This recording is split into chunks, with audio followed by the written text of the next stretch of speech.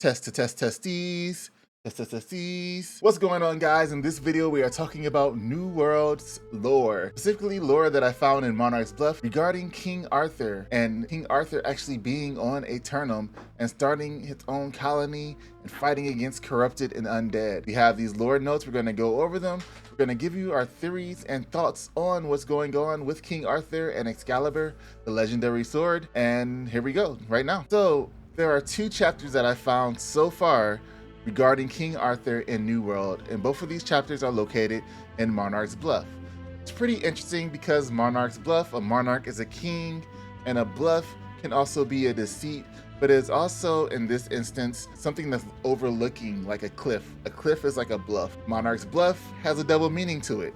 Let's go ahead and take a look at King Arthur's arrival, this chapter. The first part is called The High King, that's page 1, and it's a letter to Lord Darius. There's a gave me news of this High King's arrival. I am told it was nothing short of miraculous. His vessel seemed undamaged and of a strange design. It was said to shine with a blinding light. I doubt this to be true, but these stories are spreading. Whoever he fancies himself to be, he will no doubt prove a threat to your lordship's domain over these lands. I counsel you to gather your warriors and go to meet this potential usurper. I shall send word to the other lords. Perhaps united we can prevent calamity. So they're concerned, he's a king coming over, doing what kings do, and they wanted to make sure that he wasn't a threat, even though they should look at him as a threat anyway. The next one is by Amaranth the Raven-Haired. Raven-Haired is normally the name of somebody who has black hair. And if you're curious about the name Amaranth, I don't believe that name is anywhere in King Arthur lore from my memory. And looking it up to double check, all I can see is bread. King Arthur's pancake mix. So Amaranth is a type of grain that you can find. You can make different breads and pancakes and stuff like that with it, like a seed. But going into the letter, it says the High King's magician has knowledge of an incantation that gives him mastery over the strange power of this land. The High King's magician is of course Merlin, and they refer to him as his given name in this story. I have never witnessed such a thing. Could he have discovered the secret of the ancients? How did he accomplish this so quickly? Only a few words are known to me. It's ancient Celtic. It speaks of a serpent's breath in a twilight realm, and of folk of light and shadow. I must learn the secrets of this charm. With its power, I could change our fortune. I'm curious about this serpent's breath and twilight realm. I believe the folk of light and shadow are the ancients and the corrupted, and that's a tale that we'll go into a little bit later. A legendary weapon, the Eternal Blade. I held the Eternal Blade in my hands. I could not identify the metal. It was lighter than steel and glittered like polished silver. I would swear it hummed. This could only be referring to Excalibur. Now, in most tales, Excalibur is a two-handed sword, or it can be a long sword. We've seen both sides depending on what you're looking at, what you're reading. If it is a two-handed sword, they are not in the game yet. This could be something potentially that we come across in the future. Maybe a dungeon or a raid will have it in there, or it'll be a legendary drop once they come with two-handed swords. Now, if you're questioning if two-handed swords are going to be in the game, if you look at previous videos for New World, and even some of the pre-launch videos, they actually show people with two-handed swords in. It says, the High King bid me strike an old anvil with the edge. I dared not until he commanded it. Gripping it firmly, I smote the anvil and sheared away its heel in one stroke. The Eternal Blade bore no mark. Its edge remained keen as a razor. By God, I will never see its equal. This is by Master Auric. Going to page 4 of King Arthur's arrival. This is from Cullum, and this is talking to Maeve. It is my hope that this finds you in good health. It's called Uniting the Land, the High King's Call. The High King's call has gone out. He summons all to his banner to build a great kingdom where all may prosper. This kingdom I believe to be Monarchs Bluff. If it's not Monarchs Bluff, there's going to be another part of land that we come across in the game that's going to have King Camelot in New World. Even though I possess no great strength of arms or cunning with magic, even the mightiest warriors and wisest wizards will have need of tables, chairs, and beds when they are weary from their toil. If the High King can keep us safe from the horrors that roam this land, I will gladly pledge myself to him. It is my fervent desire, my beloved sister, that you will choose to join me in this worthy cause. Going on to the next chapter, entitled The Fall of the High King. As we know, on Aeternum, you don't necessarily die immediately. Sometimes you come back to life, sometimes you're corrupted, sometimes you're lost. So very few people actually die. Like they come back in some form or another. This says the fall to darkness, a wizard corrupted. Muradin, which is the other name for Merlin, his true name, cast me out of the order. He accused me of deceit and of sowing the seeds of discord, but I have spoken the truth. I know the evil that has taken root in his mind. I see what he is becoming. The others will not heed my warnings. Fools, the fall of the High King will be on their heads. I do not possess the strength to challenge Muradin directly, but I must try to foil his purpose for the sake of us all. I will plead my case directly to the High King. I have found the folk of light and shadow. They may prove to be allies. It is my fervent hope the High King is as wise as they say. Amaranth the Raven-haired. Who are the folk of light and shadow? Now I want to keep you guys keep in mind that people have been on Aeternum for centuries.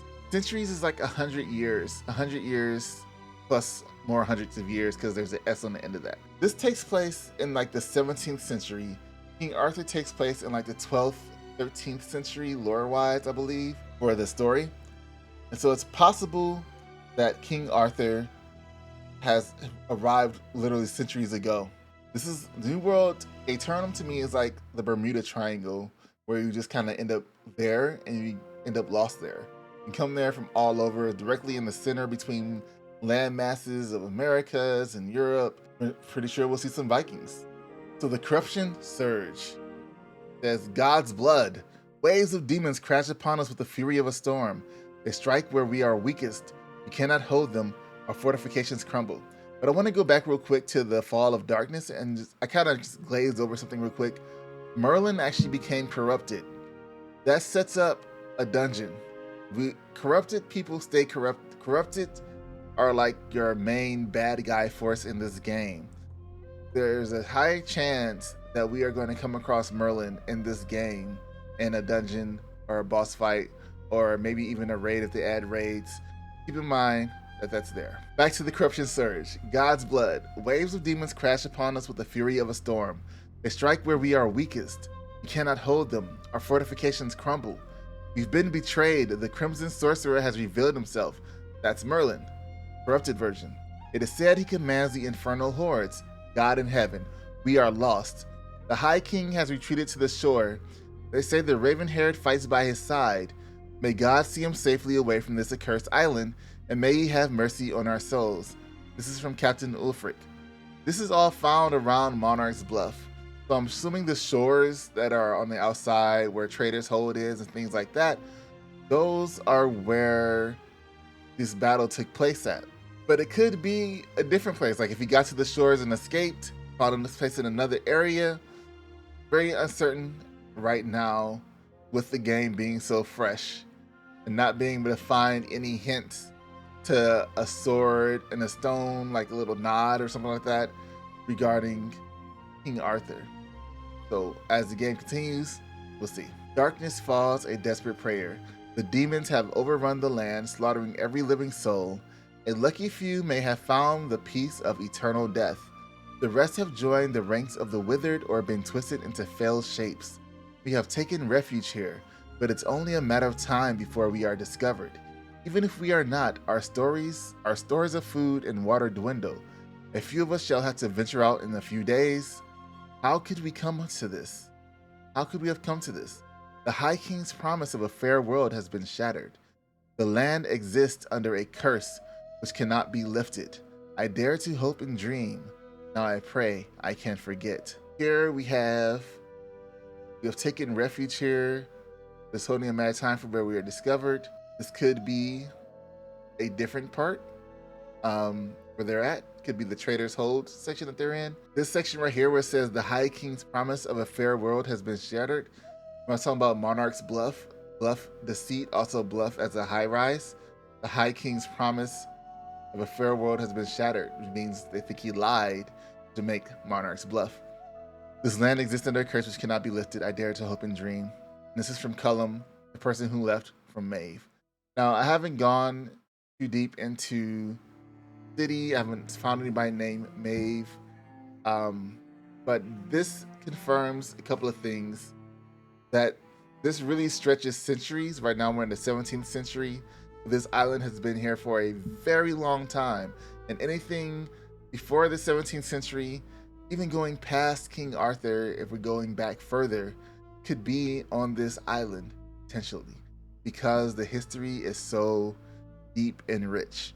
Now, I do expect us to find Excalibur. They leave notes like this in the game. When that happens, I will definitely make a video. If I find any more information on King Arthur in this land, I will make another video. Make sure you're subscribed to the channel, like this video to stay up to date. All this news on New World with the lore and things like that. Pretty excited about it. This really hyped me up when I read this for the first time. The possibilities are so endless when it comes to dealing with time traveling type stories, or stories that can stretch amongst a wide range of time. And once you figure out how things from New World get to the island, how things from Aeternum get to the island, do they just appear at any point in history? Or do they appear at a set period of time? Like, is it the 17th century always, and then things come from different centuries? But we see things coming from all over the place, and it's pretty crazy. Thank you guys for watching the video. This is the end of it, and I'll see you guys in the next one. I'm out.